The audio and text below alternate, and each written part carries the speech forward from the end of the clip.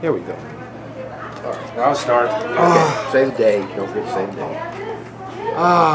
Okay. Thanks for watching Union County with us. And it's just the two of us, even though there were plenty here. It's close to midnight. It's probably the day after the freeholder meeting, which was... The freeholder meeting was officially on April 28th, 2011. And it's only 11, by the way. It's only 11 o'clock right now. Well, seems like it's a lot longer. Yeah, it went on for a while. And you know, Tina's not here, and in some ways I'm glad. I wanted to spare her. You may think we're cursing, but we're actually regurgitating what happened at the meeting, especially at the end. I don't curse. Yeah, well, I don't, except when someone calls me. Hey, you know, well, I don't curse. I'm not gonna say it. You can say it. You were good talking with him. Okay. Well, it was at the end, and I don't know if they've got that. If the tape kept running, like when you backstabbed Tina. And I didn't backstab. All he did was make a line call. I was a line judge at that point. Yeah, and you made a line judge on this too. But if the tape was running, I'd love to see the tape of this. As we were bidding our farewells to outgoing finance director Lawrence Caroselli.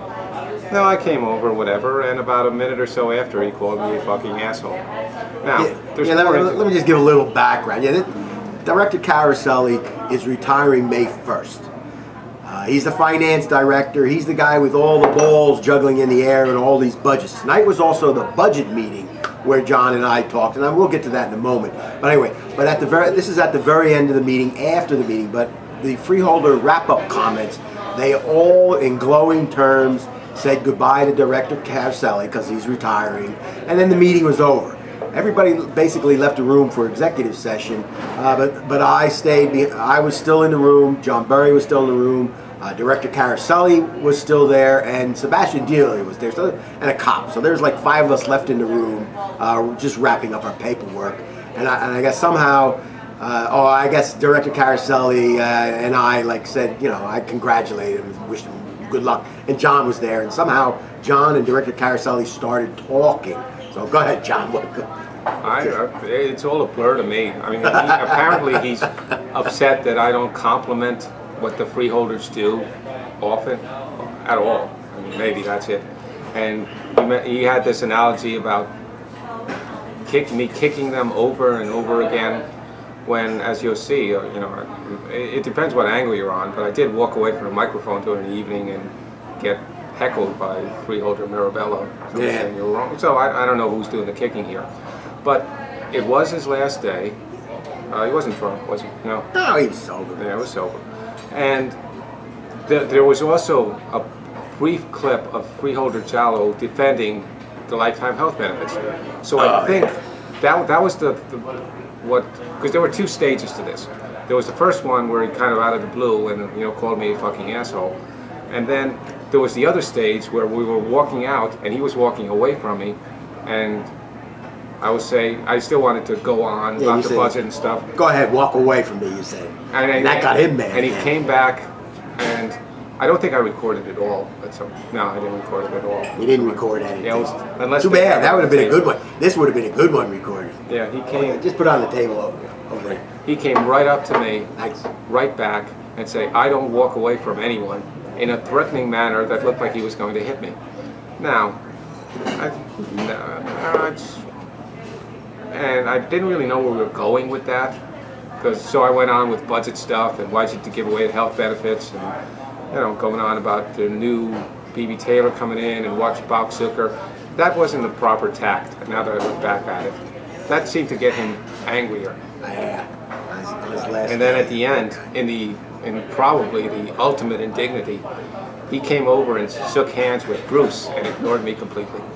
So just trying to say, you're a good guy. You're one of us. Well, I'm not one of them. I tell them whenever they say, you know, oh well, Mr. Patterson, you say nice things. I say, don't forget, I'm on the other side, and I don't like what you do. And I always clarify it. I mean, I'm not on their side. I mean, I do say nice things, only because if somebody does something right, you actually compliment them. I mean, you know, Yeah, but right, what did he want me to compliment? What did you think he was wanting me to compliment the freeholders on? Well, see, the problem, and this was, I mentioned this before, I mean, you've been coming to 3 years now? 4 years? 3 years about. Yeah, about 3 years. And John is very thorough and he uncovers a lot of numbers, and basically this is all budget numbers, of course, and that's the jurisdiction of Director Caroselli. And John, if you've been watching these tapes when he goes up to the freeholder, the microphone at the freeholder meetings, I mean, he brings up numbers and he questions them, and he might call them contrived or made up, and things don't balance out right. And I'm on John's side. He knows a lot more about these numbers than I do, even though I've been going to budget hearings for years. I mean, he's thorough and going into every number, and he's come up with a lot of interesting items, and of course he has his spin and his take on it. And I guess Director Caroselli, I'm not going to really speak for him, but if you listen to our side, I mean, in the last 10 years, taxes went up 100%. Any revenue generators are falling by the wayside now. So I mean, it's really horrendous, and I'm sure. And the budget's at $500 million. Debt is $550 million. And the bond anticipation note that he walked away from is probably going to be $200 million. So not speaking for him, but I'll tell you, as a financial guy, with numbers like this that he has to justify every year, and I'm sure there's powers, because he has bosses to answer, and the bosses say, you got to make this one work again. And every year I'm sure they tell him that, and it does get frustrating, especially if you're a financial guy and you may see things that aren't 100%, but you got to make them work.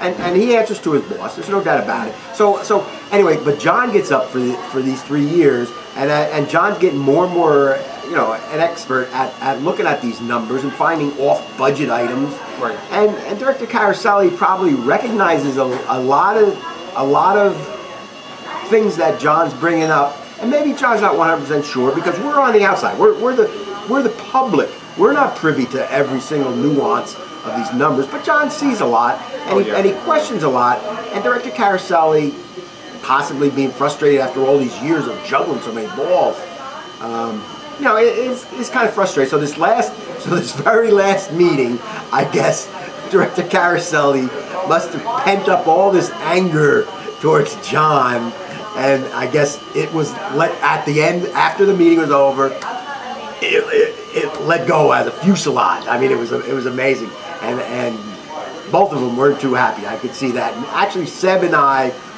oddly enough, we're trying to keep them apart. Peacemaker, yes. Yeah, we're peacemakers. Me and Seb. So I was on the same page. Well, Seb was doing this thing with his arms and bringing between. Well, yeah. The copper Seb. Seb was kind of stirring the pot, which he should. Really? Because it was. Yeah, it was. He was saying, "Oh, you're totally wrong." He kept pointing at you, yelling, "You're totally." But maybe you didn't hear it because you and Caroselli were talking. But he was stirring the pot. But he and I were trying to actually keep these guys apart. So go ahead, John, if you want to say.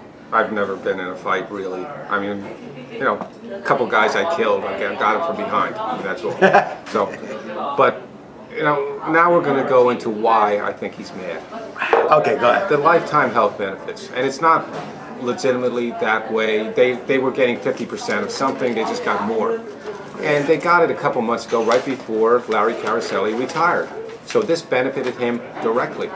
And he had the chip on his shoulder. I mean, and he had Jallo at this meeting say something about it out of the blue. Let me just interject.